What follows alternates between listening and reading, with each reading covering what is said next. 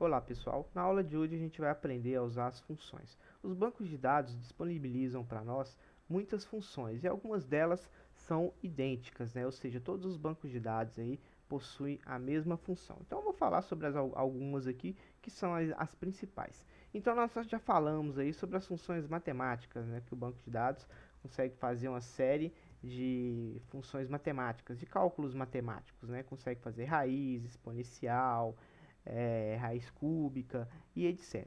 Além disso, ele consegue também trabalhar em cima de datas, né? Então, por exemplo, se eu tenho aqui uma função now que traz para mim a data e a hora, eu consigo, em cima dela, fazer funções de adicionar, por exemplo, um intervalo de um ano ou um intervalo de 10 meses ou então um intervalo de 10 dias.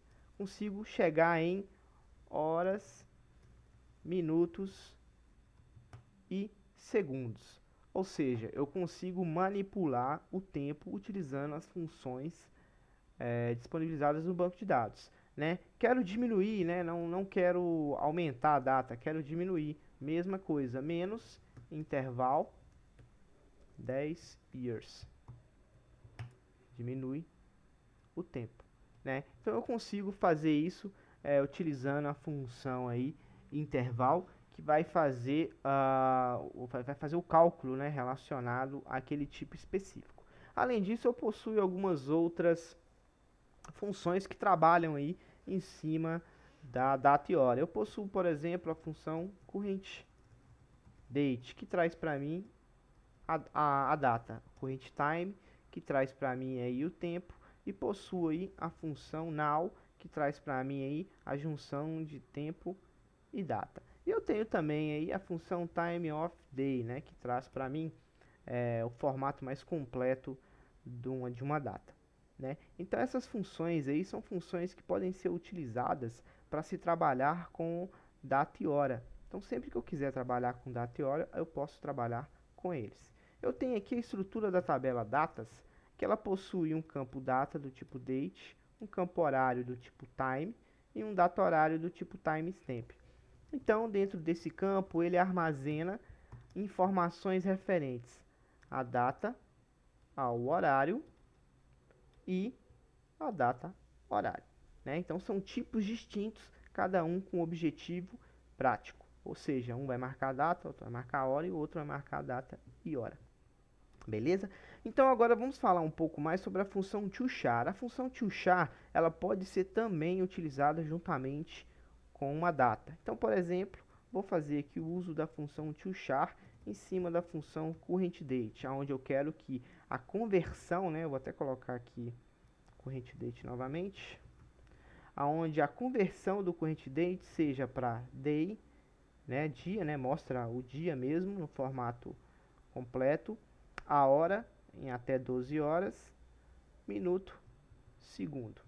Então dessa forma ele vai transformar aí a data, no caso aí 28 de 5 de 2016, em Saturday 28, ainda trouxe para mim aqui o horário. Como eu não tinha horário, né, não precisava desse cara aqui. Beleza? E o toChar ele oferece aí diversas variáveis de tempo que podem ser utilizadas. Então eu posso fazer algo bem complexo em relação à visibilidade de uma data. Tá? E o toChar também pode ser usado de diversas outras maneiras. Uma outra maneira interessante de usar o toChar é para que ele, né, ocupe espaços em branco, não deixe os espaços em branco, principalmente quando se fala de números, né, desordenados. Por exemplo, eu tenho aqui um toChar do valor 12, aonde eu vou fazer um formato que vai, o FM é de full preenchimento, full mode, né? Ele vai fazer um preenchimento dos campos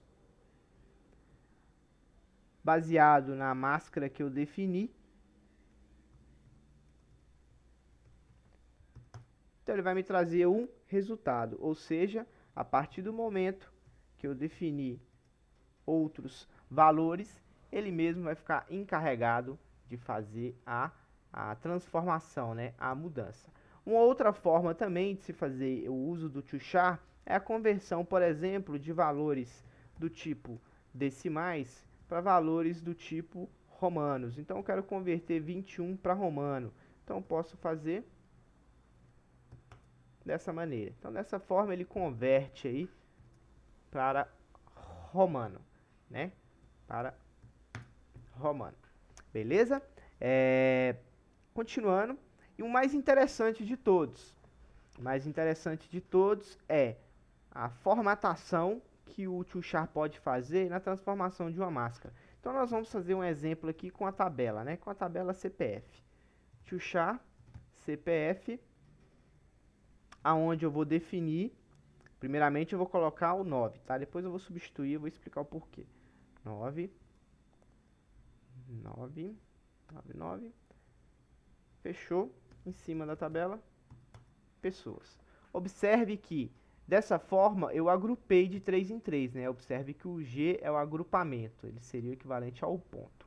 O problema de eu ter usado o 9 aqui nesses 3 primeiros decimais é que, caso os valores sejam 0 aqui na frente, ele vai preencher uma máscara inválida. Então é por isso que eu utilizo, no caso aqui, os zeros, de forma que caso eu possua um CPF número 1, seja preenchido com 00000000001, beleza? Então dessa forma a máscara fica correta. Então o Tiochar pode ser considerado uma máscara, né? Ele consegue modificar um resultado para que a saída seja um pouco diferente, né? Seja ela aí data, seja ela aí um número, ou seja ela aí até um texto, né? A conversão de um texto.